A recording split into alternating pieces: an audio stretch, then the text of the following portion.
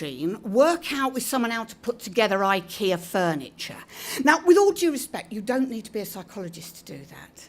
And actually having a psychologist do it de-skills people. And one service that we were reorganising, there'd been a group of women who'd been playing bingo every Tuesday afternoon for 14 years. We helped them to get the dosh to continue doing that. And do you know what happened? They said, yeah, that's great. But how are we going to play bingo without a CPN? Now, I'm ever so sorry to CPN's present, but the reality is I don't think bingo's in your training. I could be wrong, I don't know, I'm obviously ignorant about this. But I suppose all of those reflect a huge set of attitudinal barriers. Please believe me, those lovely us and them barriers are very much there and very much present and part of our psyche within services. I remember, and I'm going to talk about a service, and Sienna was at this meeting. The lovely thing, we said, we need a course at the college. A group of peers and staff need a course at this college on something about self-harm. You know, it's a really big issue and people don't feel they get the service they want. And all the staff said, we don't know anything about it. There was a peer there with a diagnosis of borderline. She'd got a PhD in helping people who self-harm. It wasn't the first thing that came to our minds, was it? But it really taught us a little lesson. Don't always look for the expertise amongst the professionals, but never mind. We've also got the situation where if you've got a mental health problem, you get advised never to talk about it. And the reality is that I get loads of calls from mental health professionals or bonkers, and every single one says, I've been told not to say anything about it. But I guess there's also a huge amount of scepticism about whether they'll be any good at it, isn't there? It needs professional training to talk to somebody, and they don't have the skills. These are all things I've been said. What happens if they break them down at work? This is a mental health service, but never mind. What about confidentiality? Transference? Will they be able to cope with stress? What about the poor vulnerable people who they'll be working with? They'll be taking our jobs, us and them. They will be taking our jobs. And my favourite, we won't be able to tell jokes in ward rounds anymore. Wasn't aware that mental health problems gave you a humorectomy, but never mind. It was serious, though, that one. We've got to think about how we talk and think about people. I guess if we're thinking about including the expertise of lived experience, there's two things we've got to think about.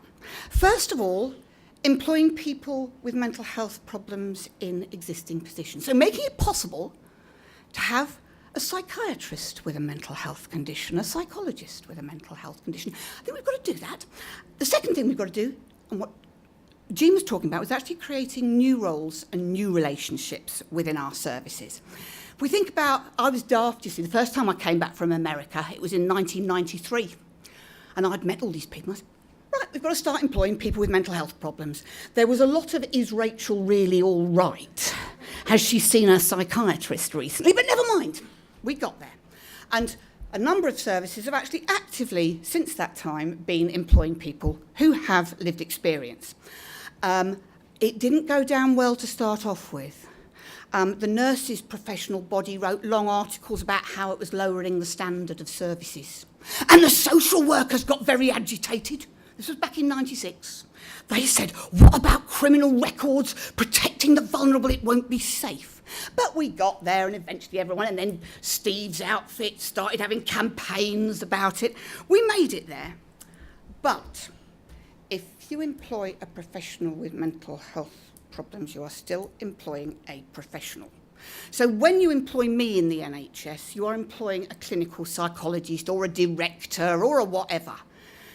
My lived experience can be useful, but it's not my core skill. You are still employing, and you still have a relationship where there's that power hierarchy. I know you better than you know yourself, because I've got this special expertise. We have to be real about this. It's that claims to special knowledge and special expertise that define our relationships. So I think we do have to think, as well as that, of thinking about how we can create new and different relationships. Now, these are seriously challenging. How we can actually create those relationships where the core expertise that someone has, what they bring, is their lived experience of mental health challenges and using mental health services means moving beyond those traditional comfy roles and boundaries. Those relationships, I'm not going to go on, based on mutuality, shared journey. Different sorts of peer roles. I don't think we're just talking about peer support workers. Yes, having peer support workers, peer specialists working in clinical teams is one thing. But those clinical teams are exactly what they say, clinical teams. They are focused on the clinical pursuit of curing people. We never succeed, but never mind. That's what we're doing. I guess these are really important to start introducing a new message in there, but they tend to be in those jobs that are below band 5. So are they allowed to write in notes? Do entries have to be countersigned by a proper expert? And I think sometimes that means that in our services we're very good at some pigs being more equal than others. Orwell still lives, you know. There's some that can do it really, and there's some we let in on. I guess the other thing that we've got to look at, and several people have spoken here, is peer trainers. If we're moving to a more educational approach, hang on, we've got to have peer trainers. Again, rather changing that power relationship. We need peer governors, peer members of strategic committees, peer commissioners. We need peer selecting the rest of the staff. And of course, we also need peer researchers, because we've got to make absolutely damn sure that we're in fact evaluating services from the perspective and the values of those who use them. I guess we've also got to think about the whole era of personalisation and the role of peers in providing brokerage, help with support planning. It happens. There was a big trial of it that the Department of Work and Pensions did. So peers actually helping people to decide how they want to spend their money, whether they want to bias. And of course, purchasing peer support is part of your personal budget. I think what we're talking about here is it's not either or, but both. We've got a very big beast here, and it needs lots of different approaches to it if it's going to change. I suppose we've also got to think about the ways of introducing peer workers into our services. On the one hand, we're seeing a lot of services who are creating peer worker posts within statutory services, employed by statutory services. They're getting to the heart of the service. This is really important. It's actually making us use our money differently. We're having to ask those illegal questions, aren't we? Like, how many mental health professionals do you really need to run a mental health service? I will leave that one. That's sacrilege. I realise, but I'll leave that one. But of course, there's a downside. It's actually quite difficult to remain peer when you're supported, when you've got all these people around you. We've got to think very carefully about how we enable people not to go feral and become professionals.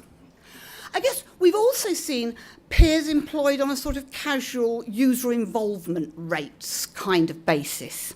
Easier to establish, you don't have to do all those fancy things about agenda for change and banding and all that.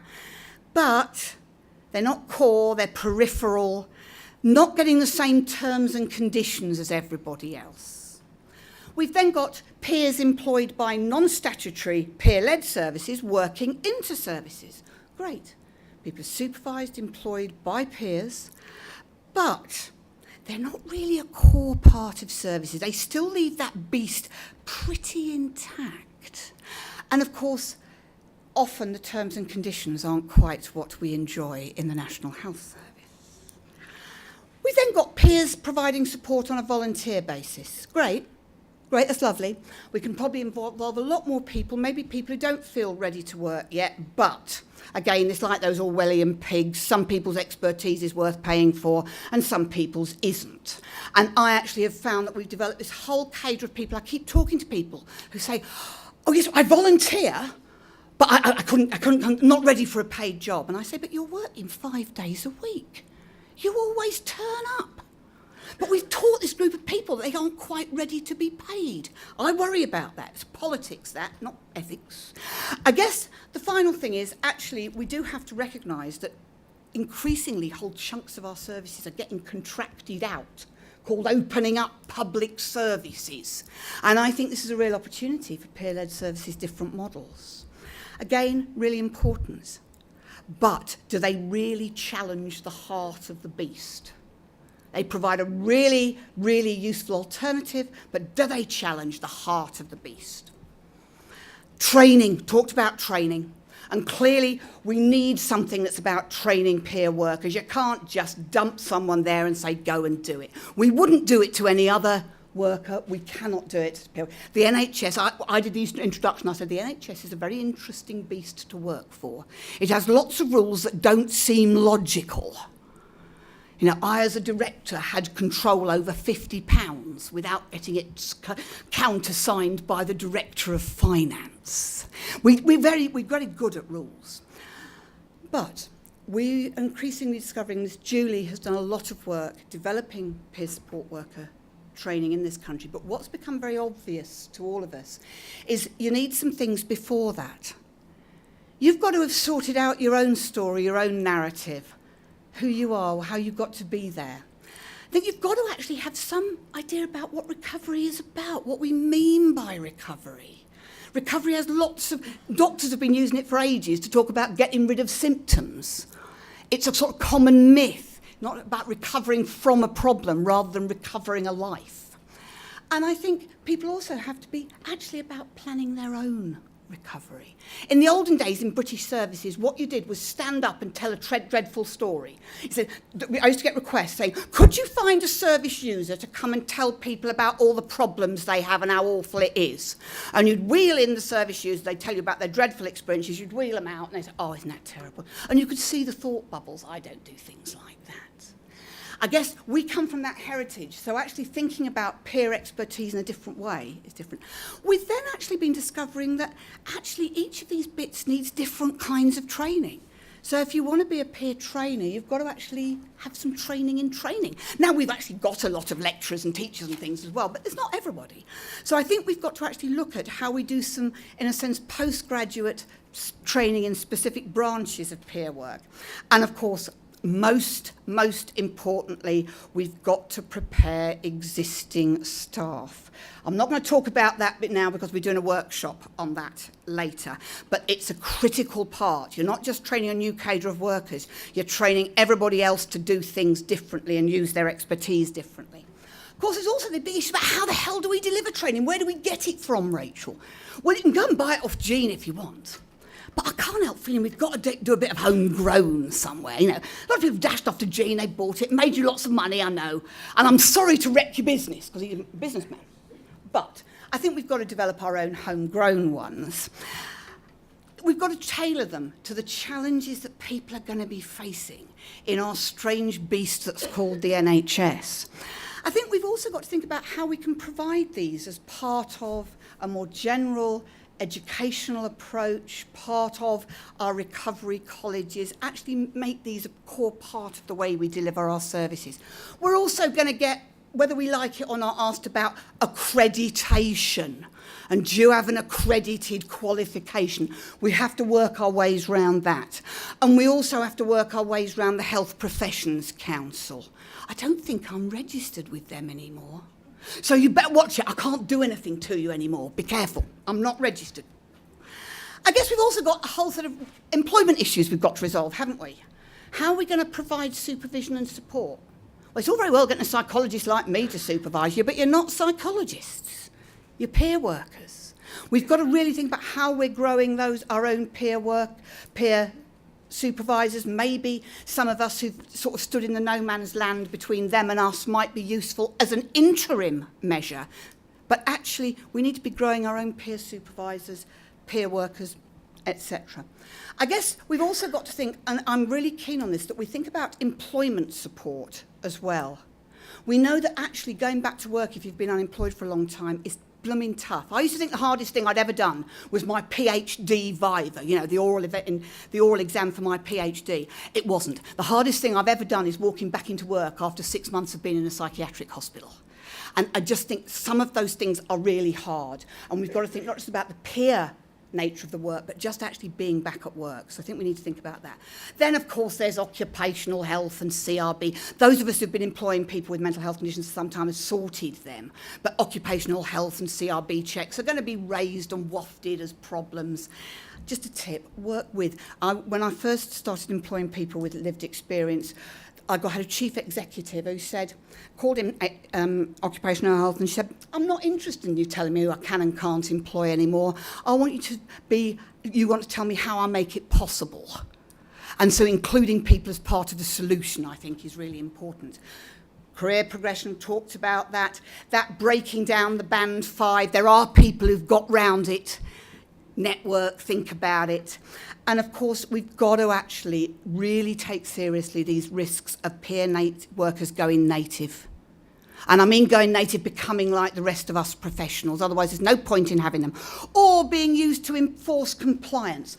Oh yes, he can persuade someone to take his medication.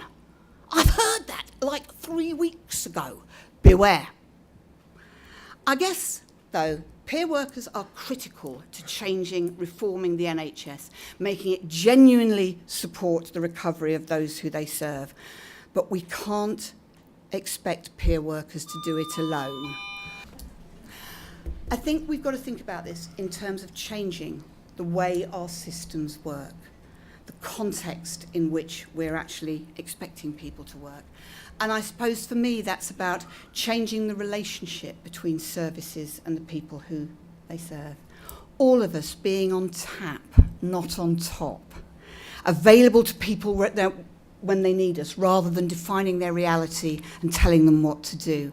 I think we've really got to move away from fixing people with our clever therapies and treatments to actually supporting people in looking after themselves. I think we've got to really rethink the whole issue of risk.